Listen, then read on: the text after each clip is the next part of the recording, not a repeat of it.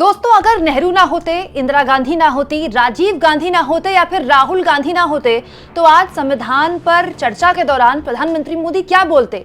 शाम 6 बजे प्रधानमंत्री मोदी ने चर्चा की शुरुआत की, बड़ी सादगी, बड़ी सिंसेरिटी के साथ। मुझे भी बड़ी हैरानी हुई और अच्छा भी लगा कि चलिए संविधान पर चर्चा के दौरान कोई तू-तू मैं नहीं हो रही, कोई हंगामा नहीं कर रहा, शांतिपूर्ण तरीके से देश के प्रधानमंत्री अपनी बात रख रहे हैं। लेकिन दोस्तों, 6:30 बजते बजते प्रधानमंत्री मोदी ने संविधान की चर्चा को एक परिवार के इर्द गिर्द समेट दिया। पहले उन्होंने नेहरू की बात की, फिर इंदिरा गांधी की बात की और फिर राजीव गांधी और फिर राहुल गांधी तक की बात की। हालत ये हो गई कि राहुल गांधी को अहंकारी तक जैसे शब्दों का इस्तेमाल किया, हालांकि नाम नहीं लिया राहुल गांधी का, लेकिन राहुल गांधी के लिए ही इस तरह के शब्दों का इस्तेमाल किया प्रधानमंत्री ने। लोकतंत्र का गला घोटा गया, हथौड़ा मारा गया, पाप किए, इस तरह के शब्द मोदी जी ने बोले हैं संसद में। यहां तक कि खून मुंह पे लग गया, खून मुंह पे लग गया, यह शब्द तो मोदी जी ने इतनी बार बोला कि ऐसा लग रहा था कि ये पीएम चाहते हैं कि इस पे हेडलाइन बने, और बनेगी भी, जैसा कि आप जानते हैं। एक परिवार ने संविधान को चोट पहुंचाई, 55 साल तक एक ही परिवार ने राज किया, इसीलिए मैं उनका जिक्र कर रहा हूं। हालांकि जब वो बोल रहे थे तो कैमरा बार बार प्रियंका की तरफ जा रहा था, प्रियंका मंद मंद मुस्कुरा रही थी। लेकिन मुख्यमंत्रियों को कैसे नेहरू ने चिट्ठी लिखी और संविधान को कमजोर किया, तब जब संविधान नया नया बना था। फिर नेहरू से पीएम मोदी आए, इंदिरा गांधी की तरफ, फिर जो विपक्ष मौजूद था, विपक्ष खड़े होकर हंगामा करने लगा, विपक्ष लगातार नारेबाजी करने लगा और इसका विरोध करने लगा। हालत ये हो गई दोस्तों कि हथौड़ा मार दिया, पाप किया, खून मुंह में लग गया, जैसे शब्द बार बार मोदी जी ने इस्तेमाल किए। सोचिए, आप संविधान पर चर्चा हो रही है और मोदी जी इस तरह के शब्दों का, इस तरह की शब्दावली का इस्तेमाल कर रहे हैं। हालत ये हो गई कि एक किताब को कोट कर दिया प्रधानमंत्री ने कि डॉक्टर मनमोहन सिंह ने एक किताब में ये बोला था। हालांकि पीएम बोल रहे थे तो विपक्ष के लोग लगातार अपनी आपत्ति दर्ज करा रहे थे। जाहिर तौर पर माइक उनके पास नहीं था, लेकिन विपक्ष के लोगों ने, चाहे वो किसी की भी दल हो, उन्होंने मजबूती से अपना विरोध दर्ज कराया और हंगामे के बीच ही मोदी को बोलना पड़ा। प्रधानमंत्री मोदी ने संविधान की चर्चा के दौरान संविधान पर कम और एक परिवार पर कितना अपना भाषण केंद्रित रखा, सुनिए जरा। आदरणीय सभापति जी, मैं आज यहाँ किसी की व्यक्तिगत आलोचना करना नहीं चाहता, लेकिन तथ्यों को देश के सामने रखना जरूरी है और इसलिए मैं तथ्यों को रखना चाहता हूं। कांग्रेस के एक परिवार ने संविधान को चोट पहुंचाने में कोई कोर कसर नहीं छोड़ी है।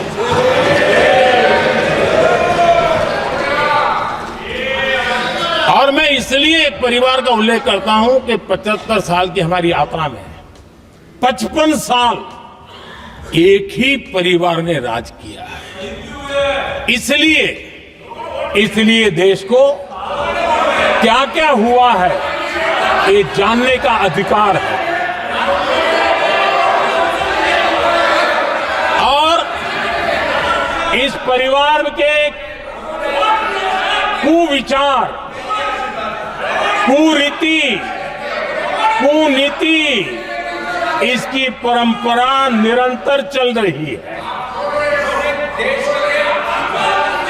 हर स्तर पर इस परिवार ने संविधान को चुनौती दी है। आदरणीय सभापति जी, 1947 टू 1952 इस देश में इलेक्टेड गवर्नमेंट नहीं थी। एक अस्थाई व्यवस्था थी, एक सिलेक्टेड सरकार थी और चुनाव नहीं हुए थे। और जब तक चुनाव न हो तब तक एक इंटरिम व्यवस्था के रूप में कोई खाका खड़ा करना चाहिए, किया गया था। 1952 के पहले राज्यसभा का भी गठन नहीं हुआ था, राज्यों में भी कोई चुनाव नहीं थे, जनता का कोई आदेश नहीं था। उसके बावजूद भी, और अभी तो संविधान निर्माताओं ने इतना मंथन करके संविधान बनाया था। 1951 में जबकि चुनी हुई सरकार नहीं थी, उन्होंने ऑर्डिनेंस करके संविधान को बदला और किया क्या? अभिव्यक्ति की आजादी पर हमला कर दिया गया।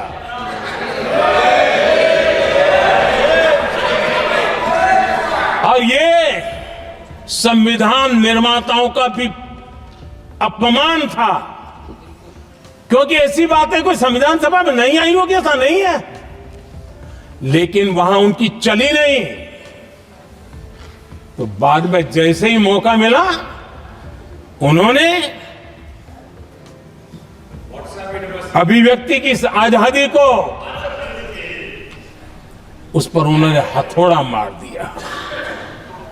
और ये संविधान निर्माताओं का घोर अपमान है।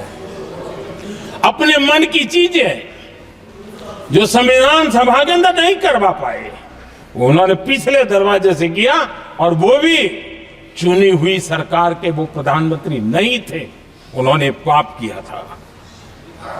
इतना ही नहीं, इतना ही नहीं, आदरणीय सभापति जी, उसी दौरान उस समय के प्रधानमंत्री पंडित नेहरू जी ने मुख्यमंत्रियों को एक चिट्ठी लिखी थी। उस चिट्ठी में उन्होंने लिखा था, नेहरू जी लिखते हैं, अगर संविधान हमारे, आगे नेहरू जी लिखते हैं,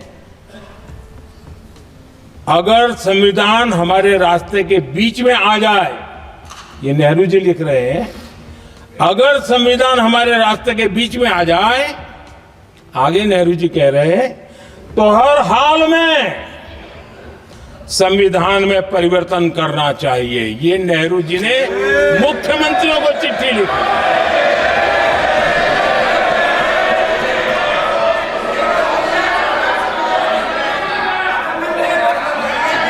और आदरणीय सभापति जी, ये भी देखिए, 1951 में ये पाप किया गया, लेकिन देश चुप नहीं था। उस समय राष्ट्रपति डॉक्टर राजेंद्र प्रसाद जी ने चेताया, ये गलत हो रहा है। उस समय स्पीकर पद पर बैठे हुए हमारे स्पीकर महोदय ने भी पंडित जी को कहा, गलत कर रहे हो। इतना ही नहीं, आचार्य कृपलानी जी, जयप्रकाश नारायण जैसे महान कांग्रेसी लोगों ने भी पंडित नेहरू ने कहा कि ये रोको, लेकिन पंडित जी का अपना संविधान चलता था, और इसलिए उन्होंने इतने वरिष्ठ महानुभावों की सलाह मानी नहीं, और उसे भी उन्होंने दरकिनार कर दिया। और आदरणीय सभापति जी, ये संविधान संशोधन करने का ऐसा खून कांग्रेस के मुंह लग गया कि समय समय पर वो संविधान का शिकार करती रही। ये खून मुंह पे लग गया। इतना ही नहीं, संविधान के स्पिरिट को लहू लहान करती रही। आदरणीय सभापति जी, करीब 6 दशक में 75 बार संविधान बदला गया। आदरणीय सभापति जी, जो बीज देश के पहले प्रधानमंत्री जी ने बोया था, उस बीज को खाद पानी देने का काम एक और प्रधानमंत्री ने किया। उनका नाम था श्रीमती इंदिरा गांधी।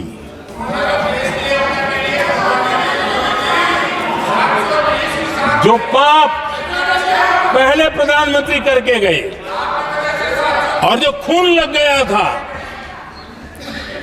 1971 में, सुप्रीम कोर्ट का एक फैसला आया था उस सुप्रीम कोर्ट के फैसले को संविधान बदल करके पलट दिया गया और 71 में ये संविधान संशोधन किया गया था। और क्या था, उन्होंने हमारे देश की अदालत के पंख काट दिए थे और यहां पर तो किया था कि संसद संविधान के किसी भी आर्टिकल में जो मर्जी पड़े वो कर सकती है और अदालत उसकी तरफ देख भी नहीं सकती है। अदालत के सारे अधिकारों को छीन लिया गया था। ये पाप 1971 में उस समय की प्रधानमंत्री श्रीमती इंदिरा गांधी ने किया था।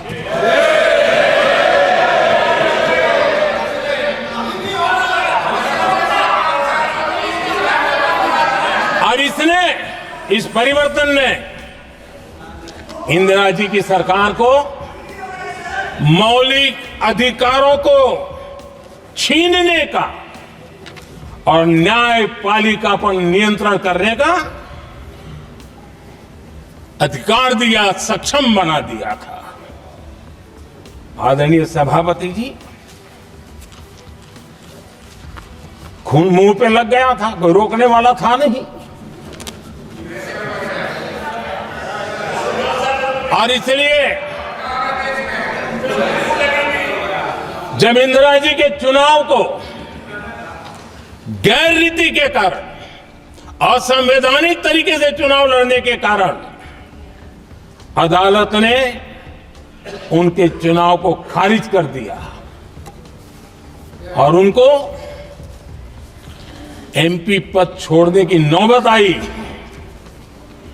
तो उन्होंने गुस्से में आकर के देश पर इमरजेंसी थोप दी, आपातकाल लगा दिया अपनी कुर्सी बचाने के लिए।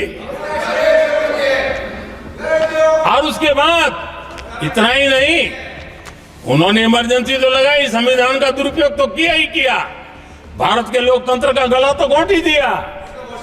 लेकिन 1975 में 39वां संशोधन किया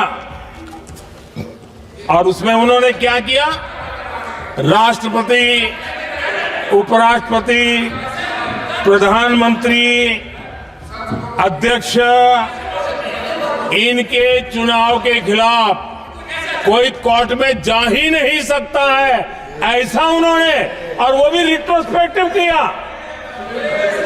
आगे के लिए नहीं, पीछे का भी, अपने पापों का भी उन्होंने। और आदरणीय सभापति जी, मैं संविधान की बात कर रहा हूं, मैं संविधान के आगे पीछे कुछ नहीं बोल रहा हूं।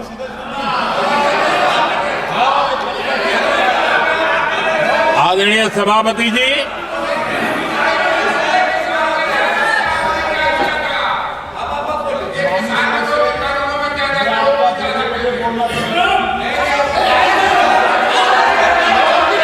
आदरणीय सभापति जी,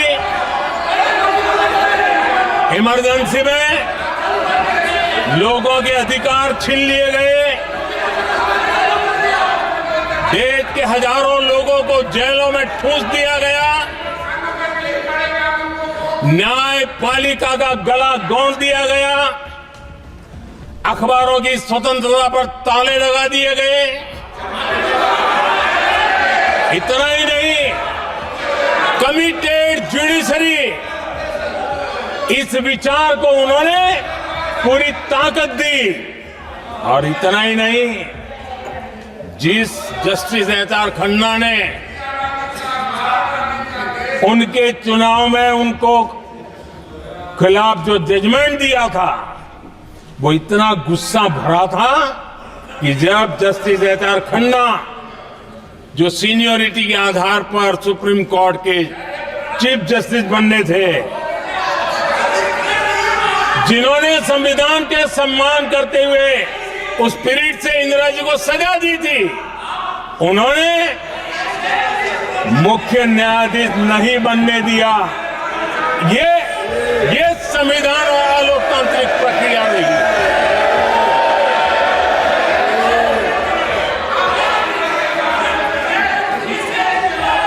आदरणीय सभापति जी,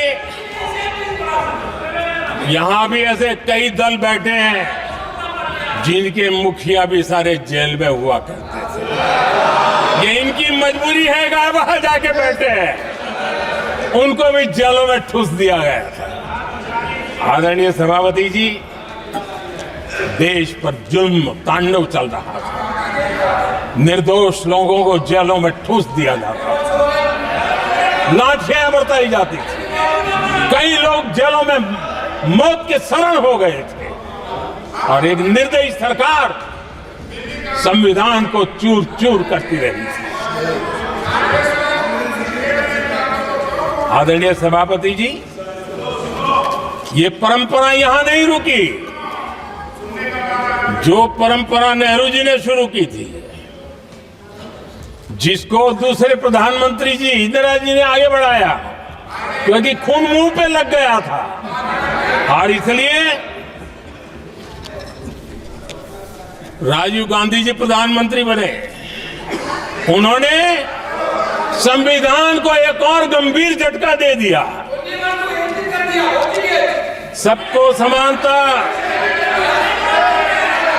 सबको समानता, सबको न्याय, उस भावना को चोट पहुंचाई। आदरणीय सभापति जी, आपको मालूम है, सुप्रीम कोर्ट ने शाहबानो का जजमेंट दिया था।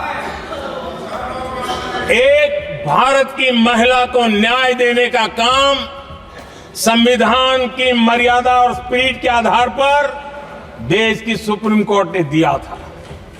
एक वृद्ध महिला को उसका हक मिला था सुप्रीम कोर्ट से, लेकिन उस समय के प्रधानमंत्री राजीव गांधी ने शाहबानो की उस भावना को, सुप्रीम कोर्ट की उस भावना को नकार दिया और उन्होंने वोट बैंक की राजनीति के खातिर संविधान की भावना को बलि चढ़ा दिया और कट्टरपंथियों के सामने सर झुकाने का काम कर दिया।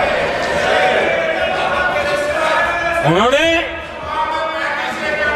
न्याय के लिए तड़प रही एक वृद्ध महिला को साथ देने के बजाय उन्होंने कट्टरपंथियों का साथ दिया। संसद में कानून बना करके सुप्रीम कोर्ट के निर्णय को फिर एक बार पलट दिया गया। आदरणीय सभापति जी, बात वहां से नहीं अटकी है। नेहरू जी ने शुरू किया, इंदिरा जी ने आगे बढ़ाया और राजीव जी ने भी उसको ताकत दी, खाद पानी देने का काम किया। क्यों? संविधान के साथ खिलवाड़ करने का लहू उनके मुंह लग गया था। आदरणीय सभापति जी, अगली पीढ़ी भी इसी खिलवाड़ में जुड़ी पड़ी है। एक किताब को मैं कोट कर रहा हूं। उस किताब में जो लिखा गया है, और उसमें प्रधानमंत्री उस समय के मेरे पहले जो प्रधानमंत्री थे उनको कोट किया है। उन्होंने कहा है, मुझे यह स्वीकार करना होगा कि पार्टी अध्यक्ष सत्ता का केंद्र है। ये मनमोहन सिंह जी ने कहा है, जो एक किताब में लिखा गया है। मुझे यह स्वीकार करना होगा कि पार्टी अध्यक्ष सत्ता का केंद्र है। सरकार पार्टी के प्रति जवाबदेह है। इतिहास में पहली बार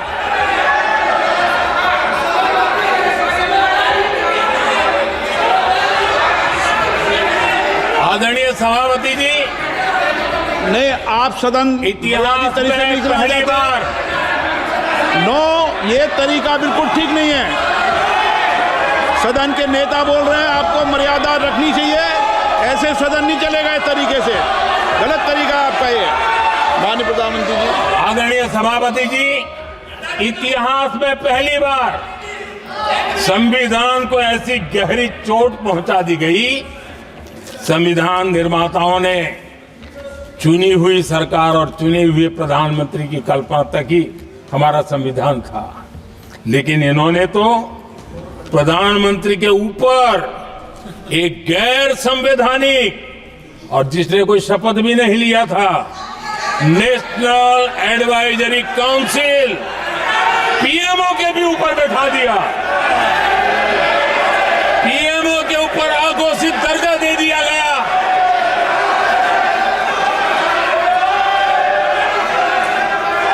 आदरणीय सभापति जी, इतना ही नहीं, और एक पीढ़ी आगे चले, और उस पीढ़ी ने क्या किया?